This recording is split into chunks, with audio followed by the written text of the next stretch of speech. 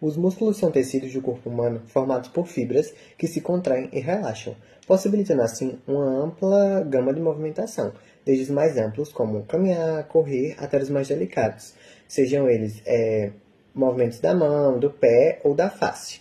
Além do movimento, eles desempenham um papel crucial na sustentação do corpo e na manutenção da postura e na estabilização das articulações. Existem, assim, diferentes tipos de músculos e com características e funções específicas, sejam eles os músculos esqueléticos, que controlam os movimentos voluntários, os músculos lisos, que são responsáveis pelas ações involuntárias nos órgãos internos, e o músculo cardíaco, que é o funcionamento do coração. Em conjunto, esses tecidos musculares são essenciais para a nossa capacidade de interagir com o mundo e para o funcionamento adequado do nosso organismo.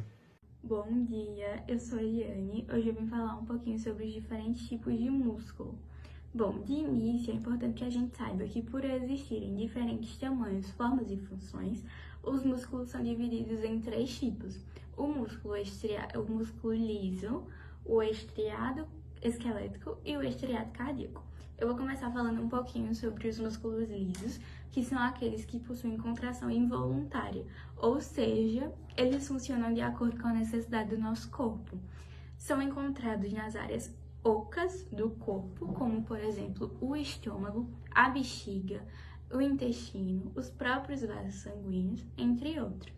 E como eu falei, tem a contração involuntária, ou seja, sua função principal é assegurar o movimento dos órgãos internos.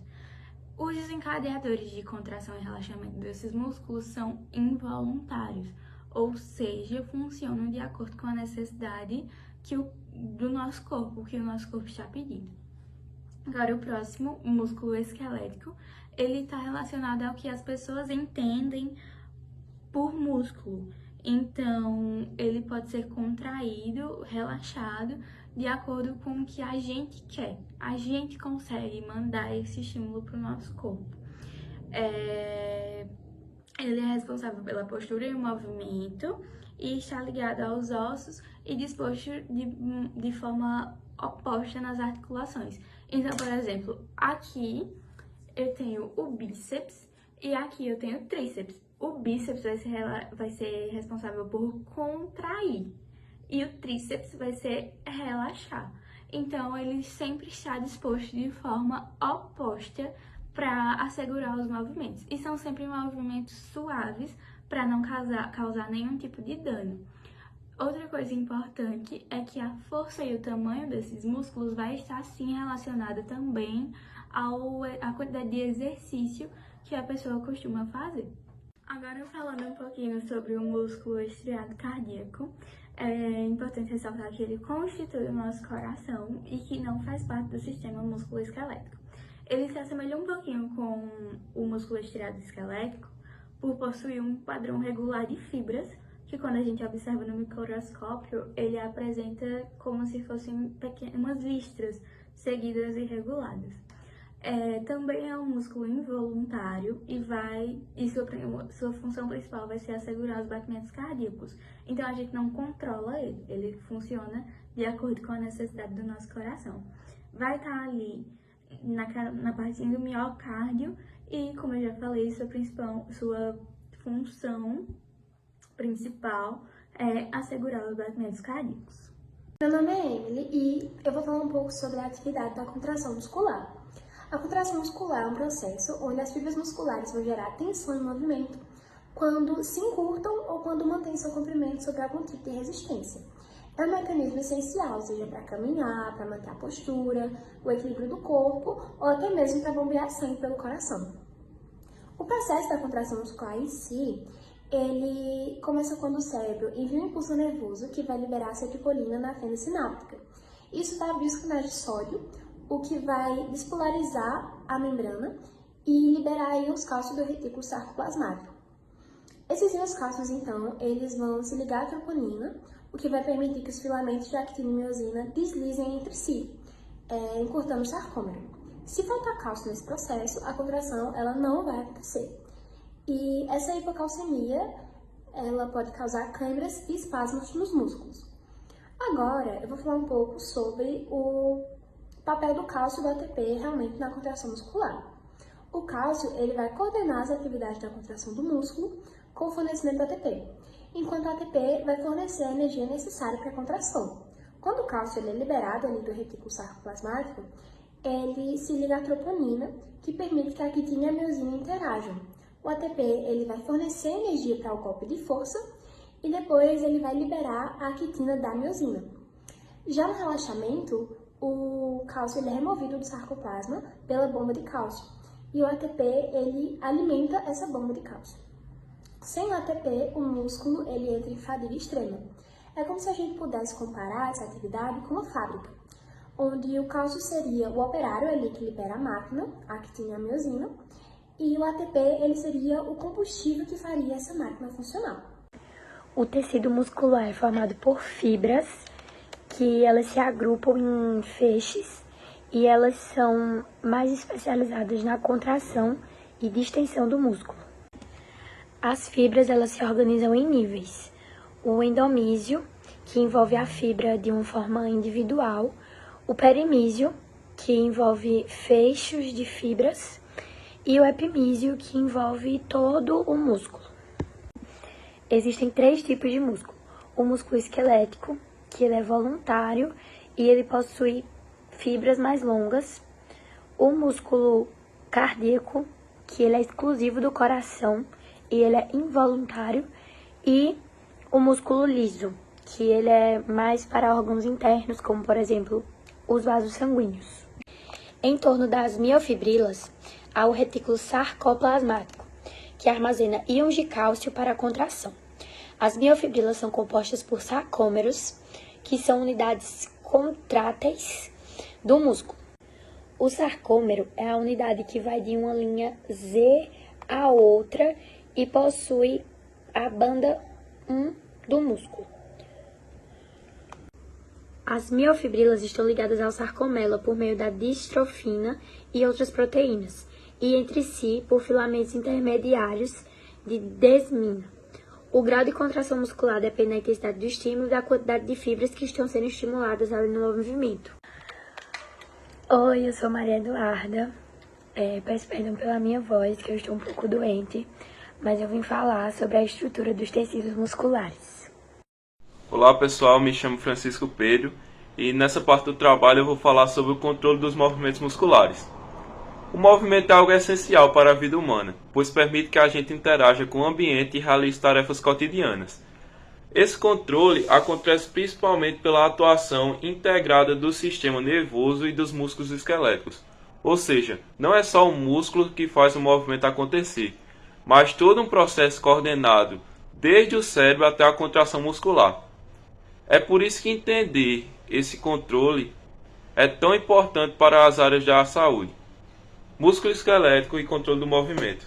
Os músculos esqueléticos são os responsáveis pelos nossos movimentos voluntários e pela manutenção da postura. Cada fibra muscular é controlada por um único motoneurônio. O movimento começa com um impulso elétrico, chamado de potencial de ação, que percorre os motoneurônios e chega até a junção neuromuscular. Ali ocorre a liberação de um neurotransmissor, chamado acetilcolina, que desencadeia a contração da fibra muscular. Essa contração só acontece porque há interação entre 2 filamentos, a actina e a miosina, que estão organizados nos sarcômeros, que são a menor unidade funcional do músculo. Quando o potencial de ação atinge a fibra, ele também provoca a liberação de cálcio, e é esse cálcio que ativa um mecanismo de contração entre a actina e a miosina. Mecanismos de controle do movimento muscular. Mas o controle do movimento vai além da contração. Ele envolve planejamento, execução e correção. Tudo isso é comandado pelo sistema nervoso. O córtex motor do cérebro é a região encarregada de controlar os movimentos voluntários. Ele começa esse processo a partir de um plano motor. Esse plano passa por diversas fases, desde a decisão consciente até a execução do movimento. Os impulsos são transmitidos pelas vias nervosas até os músculos esqueléticos. Durante o movimento, o cérebro vai recebendo informações sensoriais em tempo real e ajustando o movimento para que ele seja o mais preciso e eficiente possível. Outro ponto importante são os reflexos musculares, que funcionam como um sistema automático de proteção ao corpo. Um exemplo é o reflexo de estiramento, que faz o músculo se contrair automaticamente quando é esticado demais, como no famoso reflexo do joelho que o médico testa. Esse reflexo evita lesões por estiramento excessivo. Temos também o reflexo tendinoso de Golgi, que atua para evitar contrações musculares exageradas. Quando há tensão demais de um músculo, o órgão de Golgi envia um sinal para o sistema nervoso que interrompe a contração, protegendo o tendão e o músculo de uma lesão. Além disso, o sistema nervoso conta com uma rede de sensores que ajudam a regular o movimento conforme ele acontece. Esses sensores mandam informações para o cérebro sobre o comprimento do músculo e a tensão dos tendões. Os principais receptores sensoriais são o órgão tendinoso de Golgi, que mede a tensão muscular, e o fuso neuromuscular, que mede o alongamento. Essas informações ajudam o cérebro a ajustar o movimento em tempo real, melhorando a precisão, prevenindo lesões e garantindo que o movimento seja executado de forma mais correta possível. Portanto, o controle do movimento muscular é um processo complexo que depende de uma ação sincronizada entre o sistema nervoso e o sistema muscular. Desde a geração de um comando no cérebro até a contração final do músculo, tudo é regulado de forma extremamente precisa. Esse conhecimento é essencial para compreender distúrbios de movimento e melhorar tratamentos na área da saúde, com foco na reabilitação e no desempenho físico. Boa tarde, eu sou Ashera e eu vou falar sobre a parte dos tipos de contração muscular. Eu vou falar um pouco sobre a contração isotônica e a contração isométrica. Então, a contração isotônica é o tipo de contração que ocorre o movimento. Então, durante a contração, o músculo ele se encurta e, consequentemente, acontece a movimentação.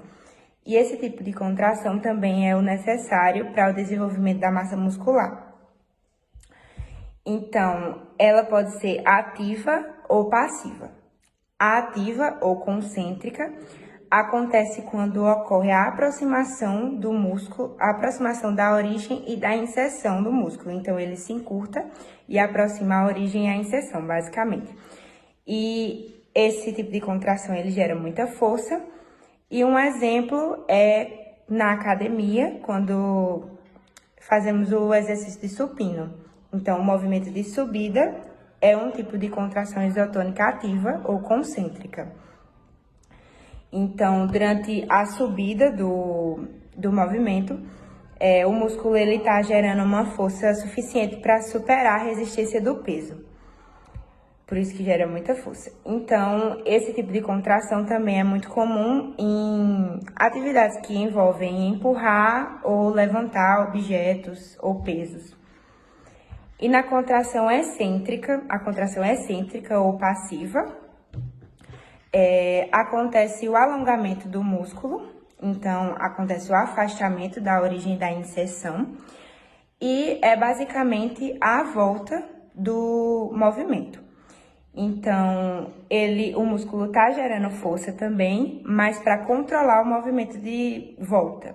Então, um exemplo também do supino, quando está assim alongado e nós voltamos para a posição inicial. Então, nessa fase, o músculo está gerando muita força também, mas para controlar o movimento de descida. E essas contrações excêntricas, elas são muito comuns em atividades que envolvem controlar objetos ou descer. Por exemplo, descer escadas ou correr numa fase de descida, ou exercícios de musculação como agachamento, que a gente precisa controlar também o movimento de descida. Então, é isso. Agora eu vou falar sobre a contração isométrica. A contração isométrica é o tipo de contração que não produz movimento, ao contrário da isotônica. Então, ela vai aumentar a tensão do músculo, mas sem exercer força o suficiente para que ocorra a movimentação de alguma parte do corpo. Então, nelas, o músculo não muda de comprimento, justamente por causa disso. E um exemplo é quando nós seguramos uma posição, como na prancha abdominal, ou a manutenção da postura, também é um exemplo de contração isométrica. Ela também é utilizada para melhorar a força em determinados pontos de movimento, porque leva a ganhos de força maiores em movimentos específicos. Então, ela é muito utilizada no balé justamente por causa disso, porque é uma contração fundamental para manter a postura, o equilíbrio e a estabilidade durante os movimentos e as poses que as bailarinas fazem. Mas apesar de não haver a movimentação articular, ainda há força e ainda acontece o desgaste de energia durante essa contração.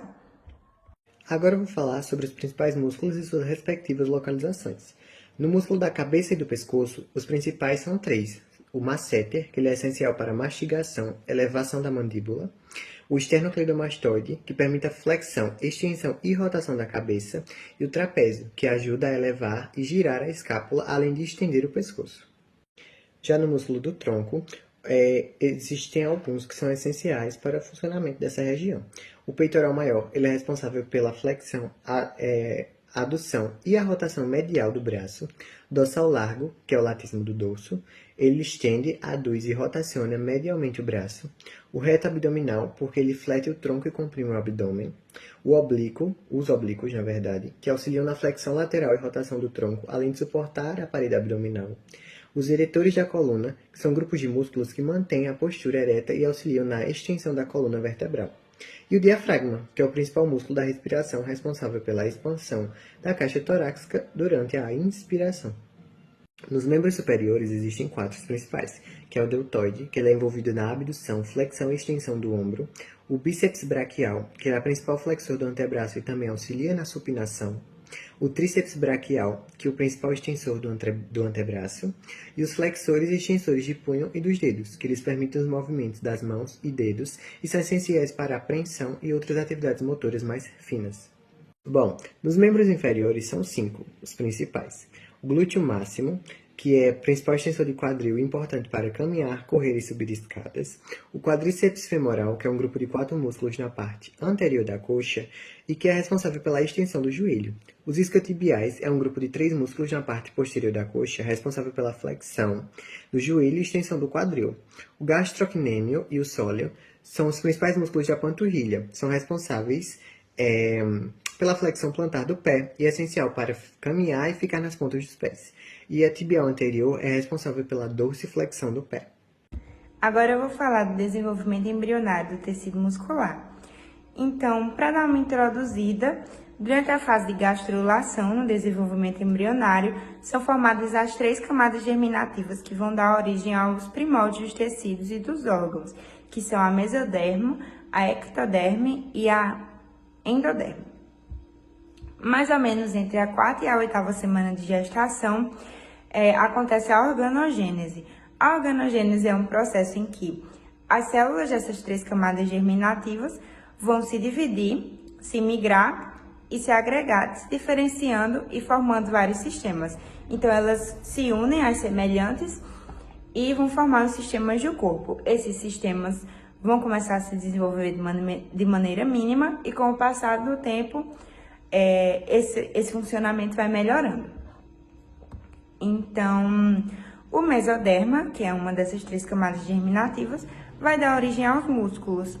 E ele dá origem a um tecido embrionário, tecido primitivo, que é chamado de mesênquima. O mesênquima vai formar algumas estruturas, entre elas o tecido muscular e os tecidos conjuntivos. Então, esse mesênquima eu vou falar mais pra frente sobre ele também. Agora eu vou falar da formação dos tipos musculares. Então, primeiro eu vou começar com o desenvolvimento da musculatura estriada esquelética. Para entender melhor como ocorre esse desenvolvimento no desenvolvimento embrionário, precisamos entender sobre as células miogênicas determinadas. Então, eu vou explicar a distribuição das células miogênicas determinadas e o que são essas células miogênicas determinadas. Então, as células miogênicas determinadas, elas vêm do mesoderma paraxial. O mesoderma paraxial é onde são formados os somitos. Os somitos são as estruturas no formato de bolinha que ficam segmentadas ao longo do embrião. Então, esses somitos vão dar origem aos ossos, aos músculos, à pele. E no interior dos somitos tem uma região chamada de miótomo. Esse miótomo é onde se originam as células miogênicas determinadas. Então, os somitos, essa parte, o miótomo, vai dar origem ao músculo esquelético. Mas como? E por quê? As células miogênicas determinadas, o que são elas? Elas são células que posteriormente vão dar origem aos músculos, mais especificamente o músculo estriado esquelético. Então, por isso dizemos que os miótomos dão origem aos músculos. Então, vamos entender como é que se dá essa formação dos músculos. Essas células miogênicas determinadas, que também podem ser chamadas de mioblastos, vão sair da sua origem, do miótomo, e se deslocar até onde vão formar os músculos. Então, elas são mononucleadas, as células, os mioblastos, são mononucleados, e eles se proliferam até receber sinais para se diferenciar. Então, elas recebem o sinal para se diferenciar, também migram para o local que vão formar os músculos, então elas se unem entre as semelhantes e vão formar os músculos dessa maneira. Mas, assim que elas se fundem entre as semelhantes, elas formam uma estrutura chamada de miotúbulo. Esse miotúbulo é uma estrutura cilíndrica e multinucleada. Então, é importante que seja multinucleada porque a fibra muscular esquelética é multinucleada. Então, essa fusão é muito importante por causa disso. Os miotúbulos, eles vão começar a sintetizar miofilamentos e se organizar para a formação das miofíbrilas. As miofíbrilas são importantes para a contração muscular. Então, são unidades funcionais da contração muscular. É assim que se forma a fibra muscular estriada esquelética. E o crescimento muscular, com o passar do tempo, vai resultar da contínua fusão de mioblastos pelo mesênquima, aquele tecido que eu falei anteriormente. Então, o mesênquima, nesse contexto, vai formar o septo intermuscular, e o septo intermuscular vai separar os grupos musculares, e também é importante porque ele auxilia na orientação no crescimento muscular e permite a vascularização. Ainda sobre os músculos estriados esqueléticos, eu vou falar sobre a formação do músculo da língua. A formação do músculo da língua se dá basicamente da mesma forma. Então, as células miogênicas, dos miótomos, elas vão se migrar, se fundir e proliferar, e se diferenciando e formando os músculos da língua. Então, elas vão formar dois tipos musculares: os músculos intrínsecos da língua, que são responsáveis por mudar o formato da língua, então estreitar ou alargar, e os extrínsecos, que são responsáveis por movimentar a língua. Sobre o desenvolvimento dos músculos da mastigação, da face, da faringe e da laringe. Para entender melhor sobre o desenvolvimento dos músculos dessas áreas, é importante entender o que é o arco branquial ou faríngeo. Esse arco, ele é uma estrutura embrionária que surge nas primeiras semanas de desenvolvimento e servem como percussores para muitas estruturas da face, do pescoço, da cabeça. Então, cada arco possui 3 partes. Uma é a barra central, que está relacionada ao tecido mesodérmico, e é a parte do arco que vai dar origem ao músculo esquelético. Então, é a parte importante. E o revestimento externo, que é o ectoderma, e o revestimento interno, que é o endoderma.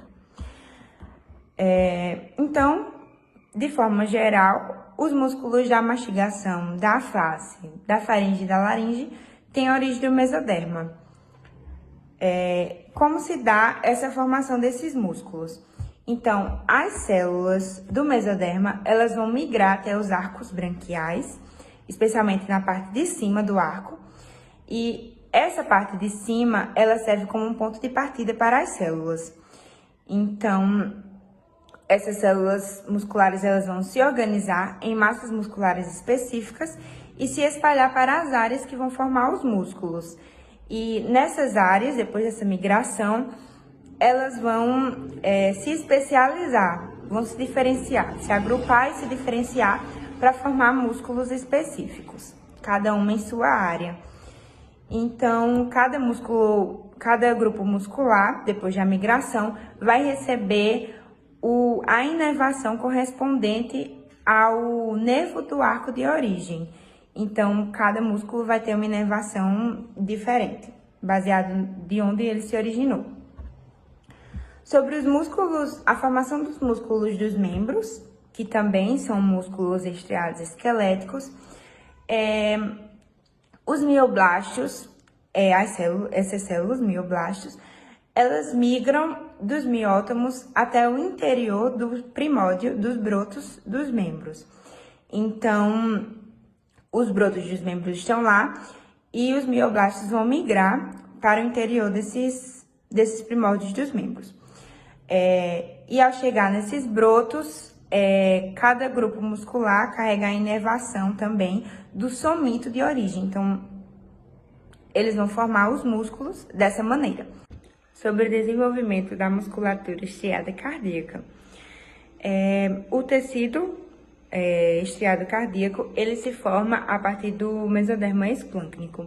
O mesoderma esplâncnico é uma subdivisão do mesoderma lateral. E esse mesoderma esplâncnico vai formar o manto mioepicárdio. O manto mioepicárdico, ele é uma camada de células que reveste o tubo cardíaco. Então, esse manto mioepicárdio, ele também possui mioblastos, que vão formar a camada externa do coração, que é o epicárdio, e vão formar também a musculatura do coração, que é o miocárdio. Então, ao contrário do que acontecia na formação dos músculos estriados esqueléticos, na formação do músculo cardíaco, quando as células vão se juntar para formar a musculatura, os mioblastos, eles não se fundem completamente. Então, as células se aderem, se juntam entre semelhantes, porém a membrana não se desintegra. Então, elas não se fundem, elas se alinham e continuam sendo células separadas, individuais. Então, na formação do músculo esquelético, ao contrário do músculo cardíaco, as células se fundem, por isso que se forma a fibra muscular, porque com a fusão das células se torna uma estrutura multicelular, multinuclear, que vai formar a fibra muscular. E na formação do tecido cardíaco, não. As células não se fundem, elas continuam individuais. Então, por isso que se formam discos intercalares no lugar de fibras musculares. Os discos intercalares são importantes para manter a coordenação do batimento cardíaco. Então, eles são unidades funcionais do batimento cardíaco. Sobre o desenvolvimento da musculatura lisa. O músculo liso, ele não possui tecido muscular estriado e ele é encontrado no interior dos órgãos internos, em vasos sanguíneos e vias aéreas, e entre outras estruturas. E esse tecido muscular liso, ele é constituído por células mononucleadas e alongadas. Então, as células possuem apenas um núcleo e são alongadas. E como se dá a formação desse tipo de tecido?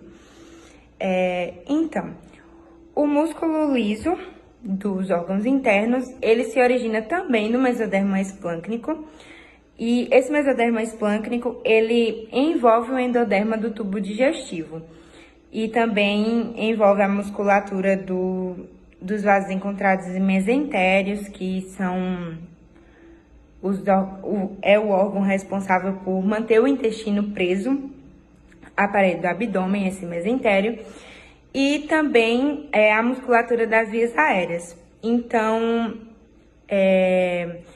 Basicamente, o mesoderma esplâncnico formará a musculatura da parede do esôfago até o reto, no trato digestivo.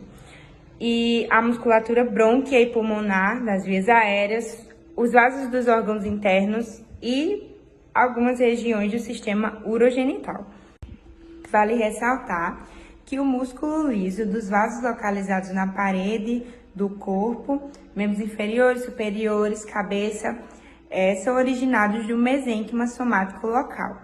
Lembrando que o mesênquima, como eu disse anteriormente, é o tecido embrionário, o tecido primitivo, que vai dar origem a certas estruturas, como tecido conjuntivo, tecido muscular, entre outras. E ele se origina do mesoderma somático. Uma observação, curiosidade, é que alguns músculos, que são exceções, eles não se originam no mesoderma, como a maioria que eu falei aqui, e sim no ectoderma. E um exemplo são os músculos da íris, que regulam a entrada de luz no olho e são originados do ectoderma e não do mesoderma. Para finalizar, eu vou falar um pouco das principais diferenças entre o sistema muscular de um recém-nascido e de um adulto. O recém-nascido, ele já possui todas as fibras musculares, só que elas são muito finas e fracas. Então, com o passar do tempo, conforme o bebê vai se desenvolvendo, os músculos vão se desenvolvendo e as fibras musculares vão ficando mais fortes e firmes. Então, o aumento do tamanho dos músculos, ele é resultante justamente do aumento do diâmetro das fibras, por causa da formação de mais miofilamentos. Então, a musculatura ela vai aumentando, acompanhando o aumento do comprimento também do esqueleto. Então, a musculatura ela vai crescendo junto com o esqueleto, conforme o bebê vai amadurecendo. E uma curiosidade é que o desenvolvimento das fibras musculares do bebê se dá de cima para baixo. Por isso que, primeiro, os recém-nascidos eles aprendem a sustentar mais a cabeça, pescoço, depois aprendem a sentar com apoio, depois sentam sem apoio, depois engatinham e só por último conseguem andar, primeiro com assistência e depois andar solto.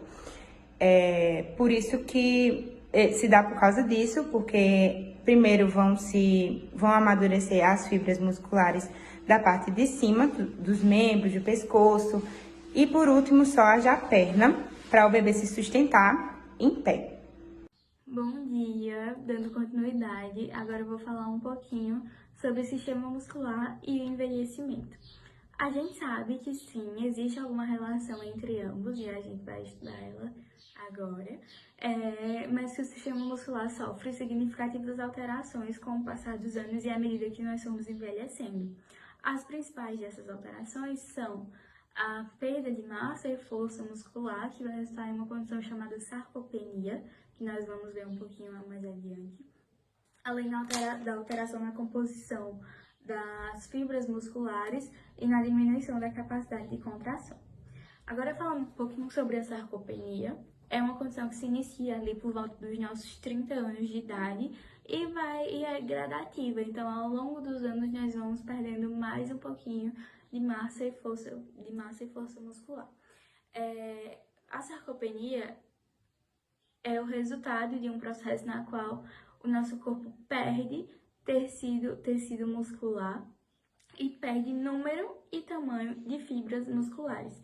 Então, a fibra muscular ela diminui e o seu número vai regredindo com o passar dos anos. O resultado da sarcopenia, como eu já falei, é a perda de massa e tecido muscular, que vai deixar a pessoa mais sensível e mais limitada em questão de movimentos. Vai ter que forçar mais a articular. Por exemplo, no joelho, a gente tem que forçar mais a articulação, o que nos deixa mais propensos a outros problemas de saúde, como a artrite, e nos deixa mais sensíveis à queda, por exemplo, porque nós não vamos ter força e a nossa capacidade locomotora vai estar um pouco mais limitada. A sarcopenia é uma condição que pode ser evitada, pode ser diminuída. Ela vai acontecer naturalmente, mas com uma rotina de exercícios físicos e uma dieta bem feita, nós podemos evitar ela à medida do possível.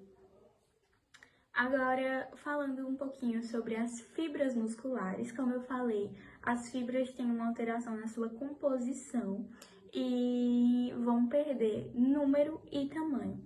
Número de quê? As fibras musculares que vão fazer o nosso músculo contrair rápido, elas vão embora mais rápido também. E vão ficar as fibras musculares mais lentas, que vão fazer o nosso músculo contrair de forma mais devagar. Então, a gente perde as fibras mais rápidas e fica com as fibras mais lentas, ocasionando numa contração, num relaxamento mais lento, que vai resultar em um movimento também mais lento. E essa perda de fibra de fibra rápida vai resultar numa limitação muito grande dos nossos movimentos. E como eu falei também, essas alterações musculares, inevitavelmente, elas vão acontecer à medida que nós formos envelhecendo e o nosso corpo for perdendo força.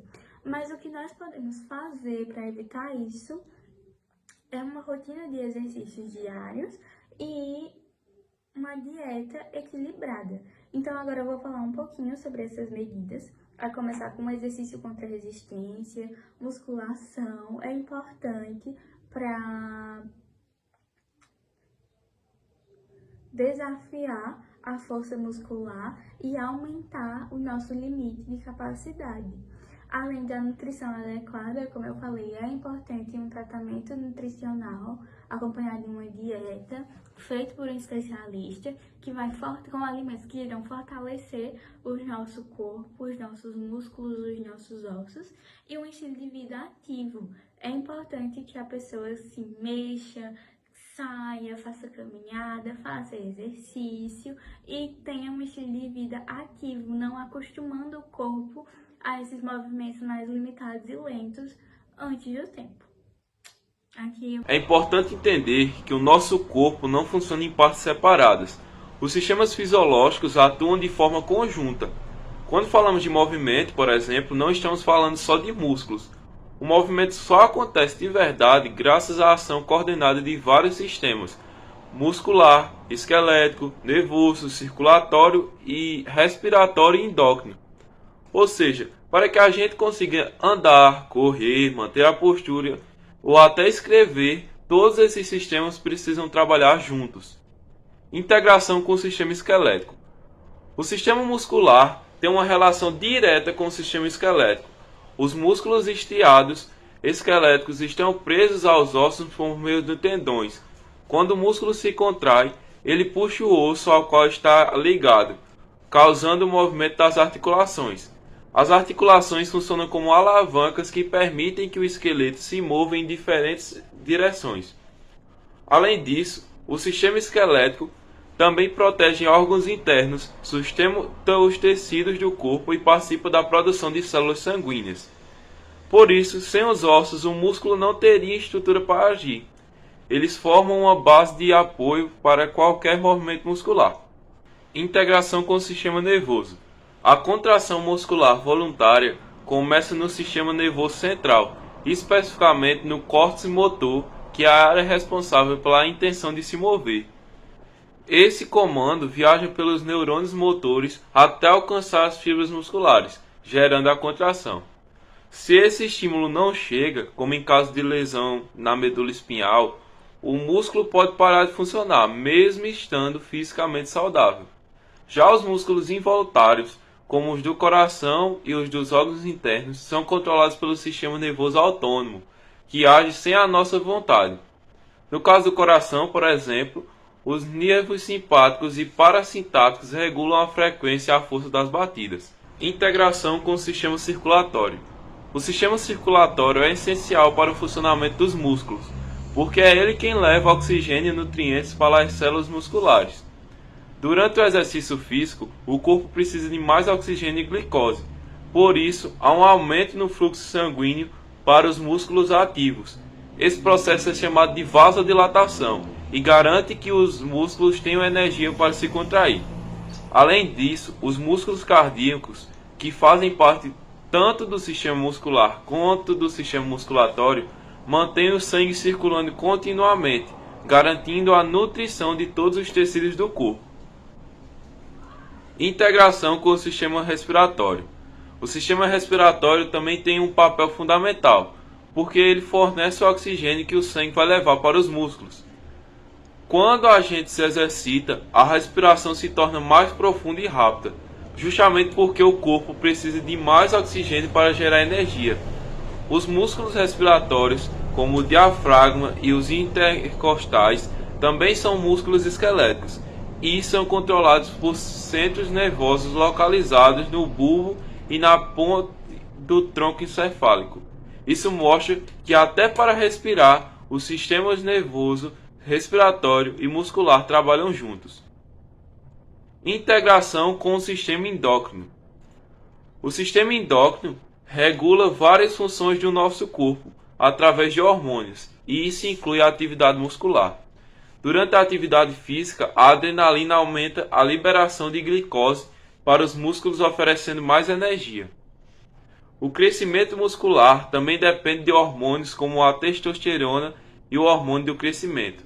Sem esses hormônios, o músculo tem mais dificuldade de se desenvolver ou se recuperar após o esforço. Então, o sistema endócrino é fundamental tanto para a resposta imediata à atividade física, quanto para o desenvolvimento muscular a longo prazo. Para finalizar essa parte de integração com outros sistemas, é importante reforçar que todos os sistemas do corpo humano estão conectados. O sistema muscular não funciona sozinho, ele depende da estrutura do esqueleto, da coordenação do sistema nervoso, do transporte do sistema circulatório, do fornecimento de oxigênio pelo sistema respiratório e da regulação hormonal feita pelo sistema endócrino. Essa integração é o que torna possível a locomoção, a postura, o desempenho físico e até mesmo atividades simples do dia a dia. Compreender o corpo como uma unidade integrada é essencial para o aprendizado e também para a prática de qualquer área da saúde. Meu nome é Maria Clara Santos Cordeiro e eu vou falar sobre alimentação e saúde muscular. O sistema muscular depende de uma nutrição equilibrada para seu bom funcionamento, para que dessa forma ele receba os nutrientes necessários para construir os músculos e para manter e recuperar as fibras musculares depois dos esforços físicos. Pode ser por exercícios ou até no dia a dia mesmo que a gente vai se movimentando. As proteínas são um dos principais nutrientes que participam desse processo, porque elas fornecem os aminoácidos que reparam e ajudam a crescer o músculo. A gente pode encontrar proteína, por exemplo, em carne magra. Também temos os carboidratos, que são nossa principal fonte de energia e ajudam a repor o glicogênio do músculo. E também a gente pode achar em alimentos como arroz, macarrão e outros diversos. Também temos as gorduras boas, que são essenciais para a produção hormonal, e a gente pode achar ela no azeite de oliva. Outra coisa extremamente importante da alimentação é a hidratação, porque ela regula a temperatura do corpo, ajuda no transporte de nutrientes e também ajuda a evitar câimbras ou algum acidente. Então, é extremamente fundamental que a gente ingira água. Então, para manter uma musculatura saudável, é necessário uma boa alimentação e uma ótima hidratação. Agora eu vou falar um pouco sobre a biomecânica muscular. A biomecânica, ela estuda a interação entre músculos e ossos e como isso gera força e movimento. O principal fator que vai influenciar a capacidade do músculo de gerar força é a quantidade de actina e miosina que estarão ligados no momento. E a força de um músculo vai depender ali do número de fibras musculares e a força de uma fibra muscular vai depender do número de sarcômeros. Também existe uma relação entre força e velocidade. Em contrações rápidas, existe uma menor força gerada, como por exemplo para correr. Já em contrações mais lentas, a força gerada é maior, como para o levantamento de peso. Falando sobre as alavancas do corpo humano agora, basicamente, alavanca é o nome dado a ossos, articulações e músculos que interagem para permitir movimentos no corpo. Nas alavancas, a gente pode identificar elementos como ossos, articulações, músculos e a resistência. Os ossos, eles vão representar as barras rígidas. As articulações, vão representar os eixos da rotação. Os músculos representam a força aplicada na contração e a resistência vai ser a resistência ao movimento do corpo humano, o que pode ser uma força externa. As alavancas ainda podem ser classificadas em primeira, segunda e terceira classe. A alavanca da primeira classe, que é interfixa, é onde o eixo fica entre a aplicação da força e a aplicação da resistência, sendo um tipo de alavanca que produz movimentos mais equilibrados. A alavanca da segunda classe, que é a interresistente, a resistência dela fica entre o eixo e a força, e a amplitude do movimento vai ser sacrificada por causa da força. Já a alavanca da terceira classe, que é a interpotente, a força está entre o eixo e a resistência. Ela produz velocidade e amplitude também no movimento, porém é necessária uma grande quantidade de força para o movimento acontecer. Olá, me chamo Yasmin e vou falar um pouquinho sobre as diferenças musculares entre os sexos. As diferenças musculares, elas têm como base uma questão hormonal e estrutural, que influencia no acúmulo de massa corporal, a força e o desempenho físico. Quanto à questão hormonal, a gente tem 2 hormônios que são predominantes em cada tipo de corpo. A testosterona, ela é predominante nos homens, e o estrogênio, ele é predominante nas mulheres. As mulheres também possuem acúmulo de testosterona, só que no homem, os níveis são significativamente muito elevados, chegando a ser tipo 10 vezes a 20 vezes mais dos níveis que possui no corpo da mulher. A testosterona no corpo do homem, ela estimula a síntese de proteínas musculares e o crescimento das fibras musculares. Ou seja, os homens, eles acumulam mais músculos porque há um estímulo maior dessas fibras musculares, principalmente as do tipo 2, que elas são de contração rápida. E também contribui para maior massa muscular no corpo, já que elas crescem de forma mais acelerada e, consequentemente, para ter uma maior força. O estrogênio nas mulheres, ele tem uma função anti-inflamatória e protetora do músculo. Ele participa na reparação muscular, ou seja, o músculo da mulher, ele se repara de uma forma mais rápida, ele se reconstitui de uma forma mais rápida. E também o estrogênio no corpo da mulher induz ao maior acúmulo de gordura, ou seja, as mulheres elas conseguem acumular mais gordura subcutânea, o que influencia na composição corporal. E elas possuem, consequentemente, um nível mais alto de estrogênio no corpo, o que associa a menor hipertrofia, ou seja, as mulheres elas têm uma maior dificuldade do crescimento muscular, da hipertrofia muscular.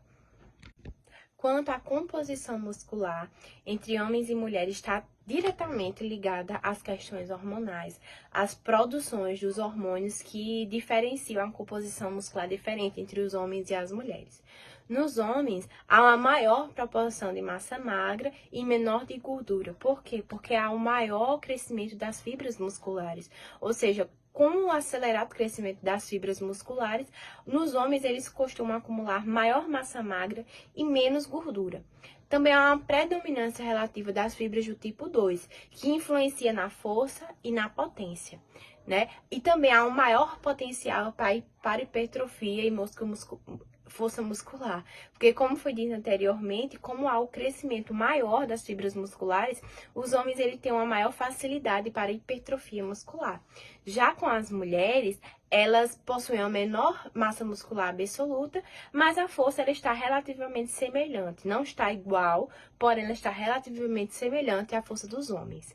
E também, proporcionalmente, elas têm mais fibras do tipo 1, que influencia diretamente na resistência e recuperação rápida.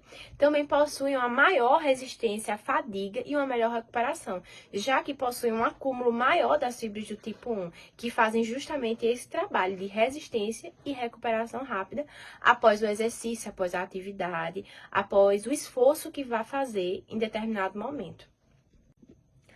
A influência no exercício e desempenho, elas também estão completamente ligadas às diferenças musculares entre os sexos e a tudo que foi falado anteriormente. Por exemplo, um ponto importante a se citar é que os homens eles respondem mais intensamente ao treinamento de força e hipertrofia. Já as mulheres, elas têm uma maior tolerância a séries de longa duração e elas se recuperam de uma forma mais rápida. Um ponto também importante a se frisar, diante do que foi falado, é que as diferenças hormonais, elas também podem afetar a sua resposta ao treino. E em diferentes fases da vida. Por exemplo, a menopausa, ela reduz a quantidade de estrogênio presente no corpo, que afeta a massa muscular. Ou seja, o corpo de uma mulher com uma quantidade menor de estrogênio não vai se recuperar da mesma forma que estava se recuperando anteriormente. Ou seja, vai influenciar diretamente na massa muscular. Assim como o corpo do homem com a menor produção de testosterona também vai afetar no acúmulo de massa muscular presente no corpo e com a menor hipertrofia. Então, há fases na vida que influenciam diretamente a questão hormonal, também vão afetar na questão muscular de cada indivíduo, seja do sexo feminino ou sexo masculino. E era isso que eu queria trazer com esse trabalho, com essa apresentação. Oi, meu nome é Marina. Eu vou falar um pouco sobre o processo de regeneração e cicatrização muscular. Esse processo ele consiste numa resposta celular e imunológica complexa, que vai envolver aí vários processos bioquímicos e também várias fases. Entre essas fases, a gente tem 3 que são principais, que consistem na primeira fase, que é conhecida como fase aguda ou inflamatória, a segunda fase, que é a fase de regeneração, e a terceira fase, que é a fase de remodelação daquele tecido que foi acometido por algum tipo de lesão ou doença muscular. A fase inflamatória ou aguda, ela consiste no instante em que a lesão foi produzida e ela pode se estender de 3 a 7 dias.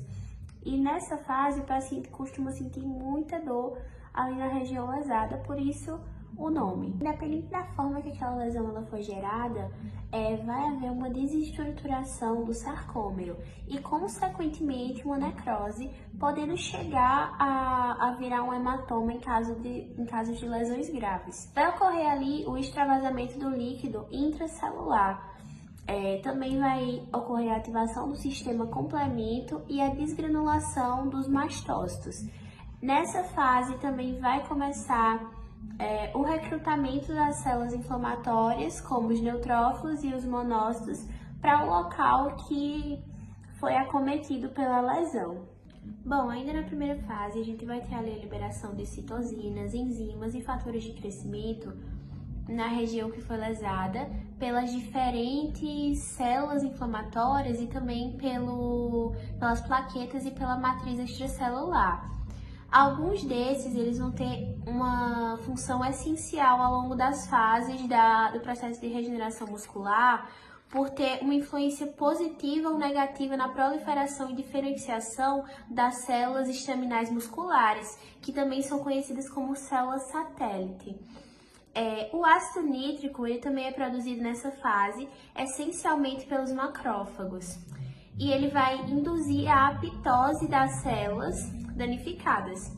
E a apoptose, como nós sabemos, é a morte celular, né? Então, ele vai influenciar ali na morte celular das células que foram lesadas. E vai ajudar ali na clareança celular, promovendo o recrutamento de células satélites para o local que está lesionado. Já na segunda fase, a gente vai ter ali ela ocorrendo entre a primeira e a segunda semana após a lesão, podendo se estender até da terceira à sexta semana. Nessa fase, vão predominar 2 processos, que vão ser o de proliferação e diferenciação das células satélites. Então, a gente viu ali que as células satélites vão começar a migrar na primeira fase e na segunda fase elas vão começar a se diferenciar, certo? Também vai ocorrer ali a formação do tecido cicatrical naquela região que foi lesada. As células satélites, elas podem se diferenciar em 3 linhagens diferentes: os fibroblastos, os miofibroblastos e os mioblastos, certo? A opção de cada linhagem, qual ela vai ser, vai depender do ambiente químico em que ela está inserida e também dos fatores de crescimento. Bem, os fatores de crescimento, eles vão estimular a diferenciação celular em mioblastos, enquanto o fator de necrose tumoral alfa, ele vai promover a migração desses mioblastos para a região lesada. Ele pode promover essa migração tanto de forma direta, através da estimulação da quimiotaxia, ou de forma indireta, através do aumento da atividade das metaloproteinases na matriz extracelular. Também a formação da matriz extracelular de tecido fibrótico. Em casos de proliferação excessiva de fibroblastos, pode ocorrer ali a formação de um tecido fibrótico denso na região que foi lesada, né? Essa formação, ela vai contribuir para uma recuperação funcional diferente, podendo ali ser um gatilho para uma recidiva naquela lesão, porque o tecido fibrótico ele vai diminuir as características viscoelásticas normais que existem num tecido muscular. Já entrando na terceira e última fase, a gente vai ter aí a fase de remodelação.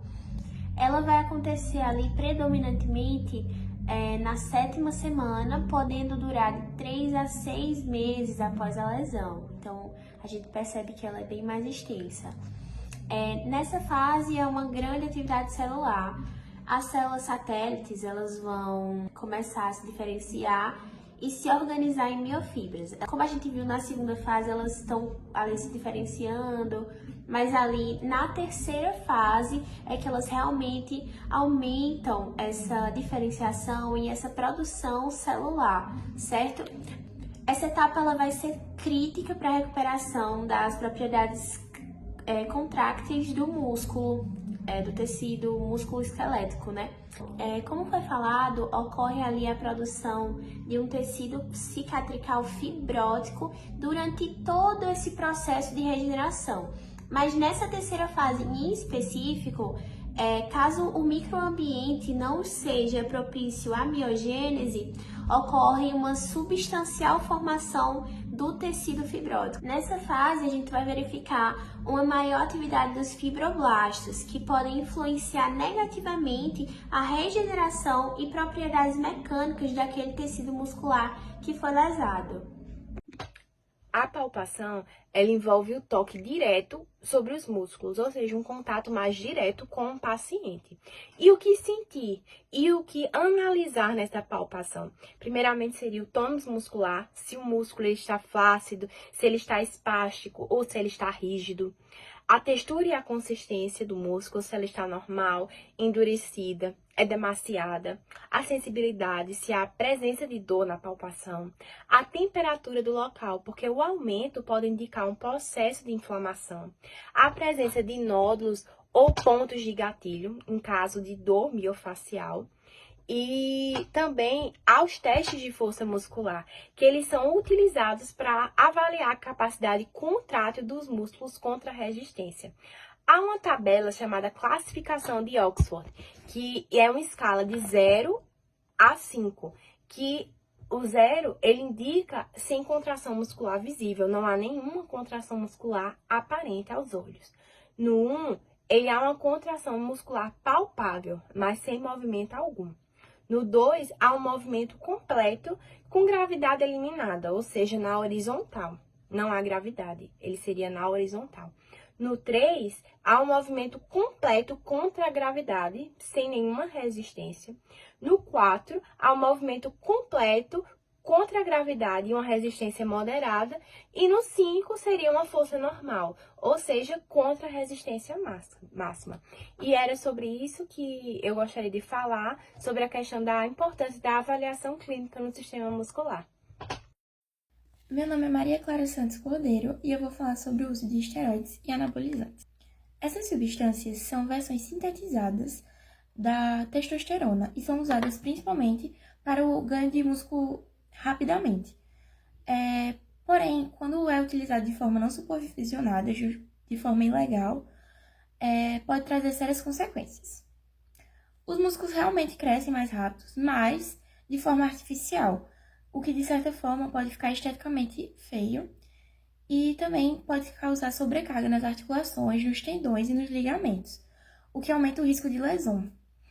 Também pode afetar outras partes do corpo, como o sistema cardiovascular, tendo a causar tendência à hipertensão E a infarto também causa problema no fígado e nos rins, podendo causar intoxicação e insuficiência renal, e no sistema reprodutor, podendo causar infertilidade. Também há o risco como de alteração psicológica, podendo causar agressividade e também depressão, e também se tornar uma dependência química. Dessa forma, a gente pode observar que é muito melhor você crescer de uma forma saudável e contínua, que vai se manter de forma equilibrada, a partir de exercícios, de uma alimentação regrada e de uma ótima hidratação. Falando um pouco agora sobre doenças e distúrbios musculares, uma doença muscular vai ser qualquer doença que afeta o sistema muscular humano. Essas doenças elas podem ser primárias, quando são resultado de anormalidades do próprio sistema muscular, no próprio músculo, ou elas podem ser secundárias, que é quando elas são causadas ou desencadeadas por outro tipo de condição, doença e etc. Como exemplos de doenças primárias do sistema muscular, a gente vai ter aí a sarcopenia, que é bem comum nos idosos, a cardiomiopatia, a rabdomiólise, polimiosite, a dermatomiosite, a distrofia muscular, que pode ser vários tipos, né? A gente sabe que existem vários tipos diferentes de distrofia, que eu não vou me adentrar muito para o trabalho não ficar tão extenso.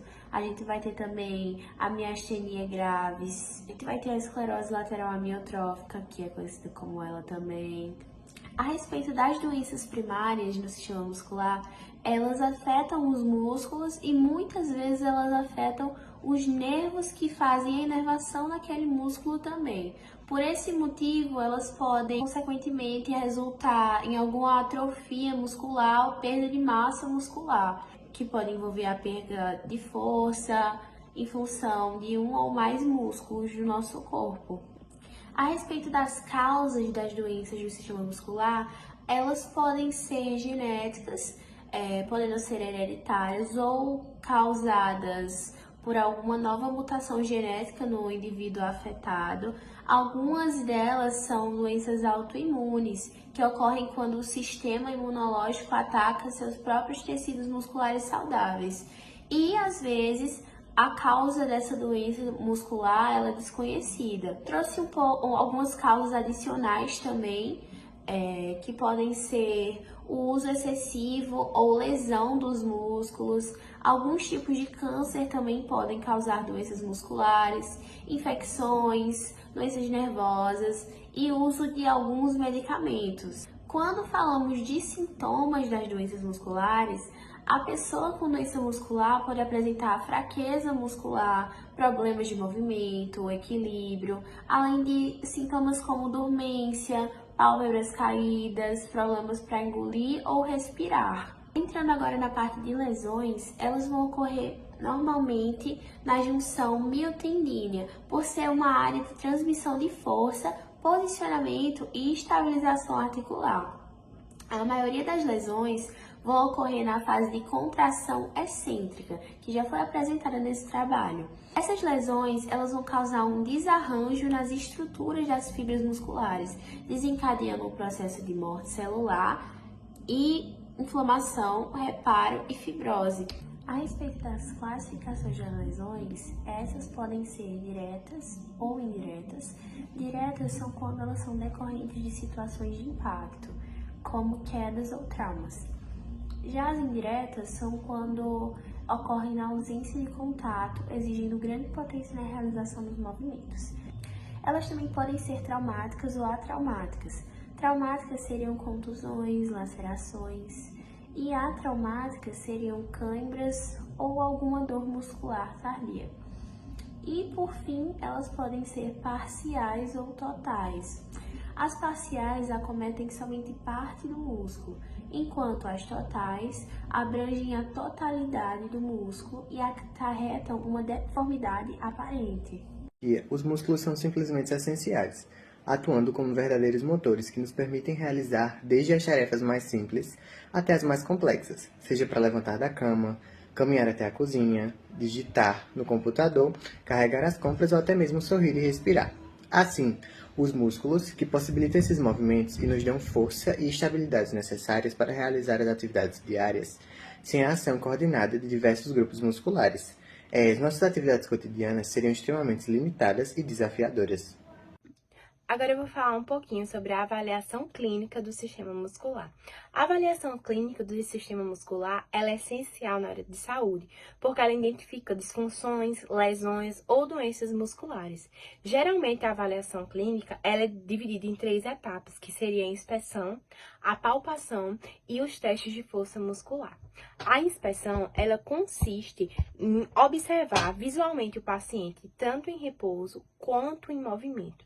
E o que observar nesta etapa seria a simetria muscular, que ela compara o lado direito com o lado esquerdo do músculo, o trofismo muscular, que seria a presença de atrofia, ou seja, diminuição da massa muscular, ou hipertrofia, que seria o aumento da massa muscular, deformidades, que poderiam ser desvios, contraturas ou retrações, fasciculações, que poderiam ser contrações involuntárias visíveis que podem identificar algum comprometimento neuromuscular.